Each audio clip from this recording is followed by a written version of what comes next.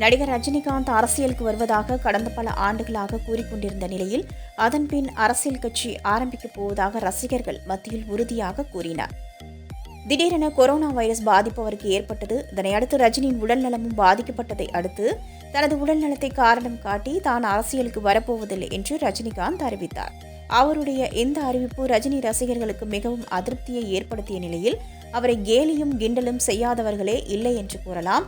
அந்த வகையில் சமீபத்தில் அரசியலுக்கு வருவதாக அறிவித்த விஷாலும் ரஜினியை மறைமுகமாக தாக்கும் வகையில் பேட்டியளித்துள்ளார். நான் அரசியலுக்கு வருவேன், வரவேண்டிய நேரத்தில் கரெக்டா வருவேன். அவர் சொன்னால் வருவேன், இவர் சொன்னால் வருவேன் என்றெல்லாம் சொல்ல மாட்டேன்.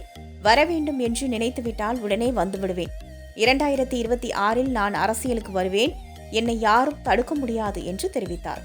மேலும் நான் அரசியலுக்கு வருவது சேவை செய்யத்தானே ஒழிய பணம், புகழ் ஆகியவற்றை அடைவதற்காக இல்லை. இப்போது நான் செய்து கொண்டிருக்கும் சமூக சேவைகளை மேலும் விரிவுபடுத்துவதற்கு ஒரு அதிகாரம் இருந்தால் நன்றாக இருக்கும் என்பதற்காகத்தான் நான் அரசியலுக்கு வருகிறேன். நான் அரசியலுக்கு வந்தால் என்ன கிழிக்கப் போகிறான் என்பதற்கு எனது செயல்கள் மூலம் பதிலடி கொடுப்பேன் என்று அந்த பேட்டியில் தெரிவித்துள்ளார். விஷால் அரசியலுக்கு வருவது அவரது விருப்பம் என்றாலும் அவர் ரஜினியை மறைமுகமாக தாக்கியதை அடுத்து ரஜினி ரசிகர்கள் அவருக்கு கண்டனம் தெரிவித்து வருகின்றனர். இந்த மாதிரி நியூஸை கண்டினியூஸா கேட்க ராஜ் டியூப் சேனலுக்கு லைக் பண்ணுங்க, ஷேர் பண்ணுங்க, சப்ஸ்கிரைப் பண்ணுங்க, பெல் பட்டனை பிரஸ் பண்ண மறந்துடாதீங்க.